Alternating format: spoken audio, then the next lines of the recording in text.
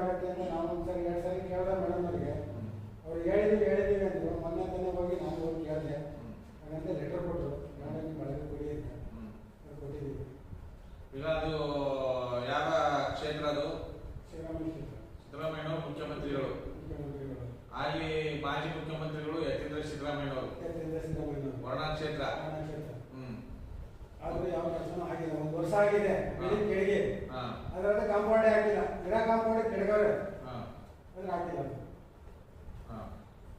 ಈಗ school HM ಅವರು ಎಲ್ಲ ಹೋಗಿ ಮನವಿ ಮಾಡಿದ್ರು, ಅವ್ರು ಸ್ಪಂದಿಸಿಲ್ಲ. ಹಾಗೂ ಅದಕ್ಕೆ ಹೋಗಿ ಮನವಿ ಮಾಡಿದ್ದಾರೆ. ಮಾಡ್ಕೊಡ್ತೀನಿ ಅಂತ ಹೇಳಿದಾರಂತೆ. ಮೊದಲೊಂದ್ಸರಿ ಹೇಳಿದಾರಂತೆ ಮಾಡ್ತೀನಿ ಅಂತ ಹೇಳಿದ್ರೆ ಮಾಡಿಲ್ಲ. ಹೊಡೆದಾಕಿದ್ದಾರೆ, ಅದನ್ನ ರೆಡಿ ಮಾಡಿಸಿಲ್ಲ. ಊರ್ ಜನಗಳೆಲ್ಲ ಏನ್ ಮಾತಾಡ್ತೀವಿ, ನೀವ್ ಏನ್ ಮಾಡ್ತಿದ್ದೀರಿ? ಗ್ರಾಮಸ್ಥರು ಹೋಯ್ತಾನೆ ಇಲ್ಲ. ಗ್ರಾಮಸ್ಥರಿಗೆ ಅವ್ರ ಮಕ್ಕಳ ಭವಿಷ್ಯದ ಬಗ್ಗೆ ಚಿಂತೆ ಇಲ್ಲ. ಇನ್ನೇನ್ ಮಕ್ಕಳು ಓದ್ತಿರ್ತಾರೆ? ಬೇರೆ ಮಕ್ಕಳು, ಚಿಕ್ಕ ಮಕ್ಕಳು ಓದ್ತಾರೆ, ನಾವು ಕೇಳಲ್ಲ, ಅವ್ರು ಕೆಲಸಕ್ಕೆ ಹೋಗ್ತಾರೆ.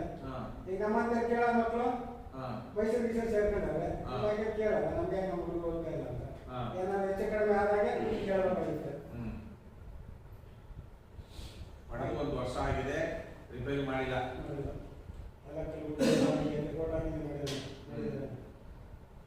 ಆಯ್ತು, ಅದ್ರ ಬಗ್ಗೆ ನಾವು ಒಂದ್ಸಲಿ ಅಲ್ಲಿ ಭೇಟಿ ಕೊಟ್ಟು ಸಂಬಂಧಪಟ್ಟ PDO ಗ್ರಾಮ ಪಂಚಾಯತಿ ಅಧ್ಯಕ್ಷರು ಯಾರು ಈಗ? ಆರಾಧ್ಯರ ಅಧ್ಯಕ್ಷರು. ಆಯ್ತು, ಅದೊಂದು ಮಾಡೋಣ.